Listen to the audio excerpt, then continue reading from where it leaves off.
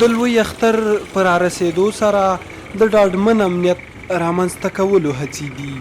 اسداباد ښار ته د ننوتلو دې دروازه او لویو لارو کې امنیتي ځواکونه پر پلټن ځایونو تیار سوي ولاړ دي.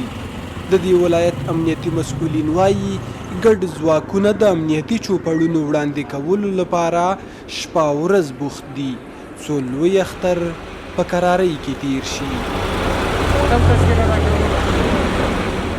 د کونړ ولایت ولس ته ډاډ او اطمینان ورکوو چې په کونړ کې امن ده، هیڅ نوع مشکلات نشته، نه موږ کوم خطر محسوسوو او امنیتي کسان مو لاس په کار شوي دي او خپل امنیتي تدابیر یې نیولي دي.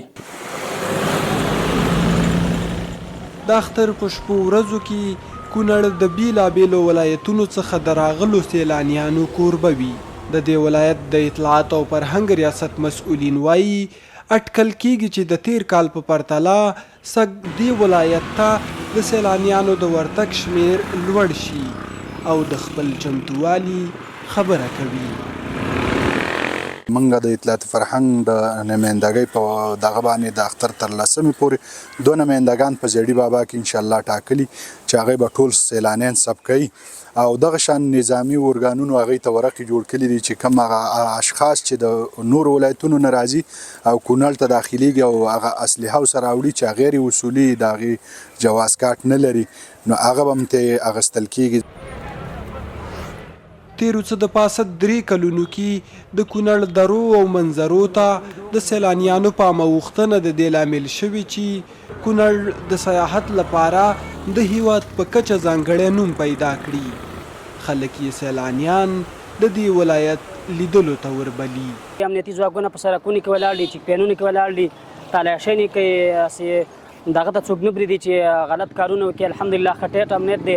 د سیلانیانو هم دا هیله ده چې کونړ ته په ښه ډاډه زړه باندې راشئ، هېڅ قسم خطر نشته، تاسو ته هر کړی وي هر کله کونړ ته راشئ. زما د ټولو هېوادوالو نه دا هیله ده چې د چکر دپاره ولایت ته راځي، هېڅ قسم ستونزه نشته دی. امنیتي ځواکونه ښه چیک پاینونو کې دي، ښه خپله وظیفه ترسره کوي، هېڅ قسم مشکل نشته دی. کونړ ماشاءالله ښایسته منظرې لري، ښایسته ځایونه لري. زما د سیلانیانو نه دا هیله ده چې راشي کونړ ته او ښه د چکر ځای دی. د اوړي په ګرم موسم کې د کونړ دا زرغونې درې د زرګونو کورنیو سیلانیانو لپاره ځکه مناسب ځای دی چې هم یې هوا د نور هیواد په پرتله معتدله او هم د امنیت له اړخه ډاډمنې دي.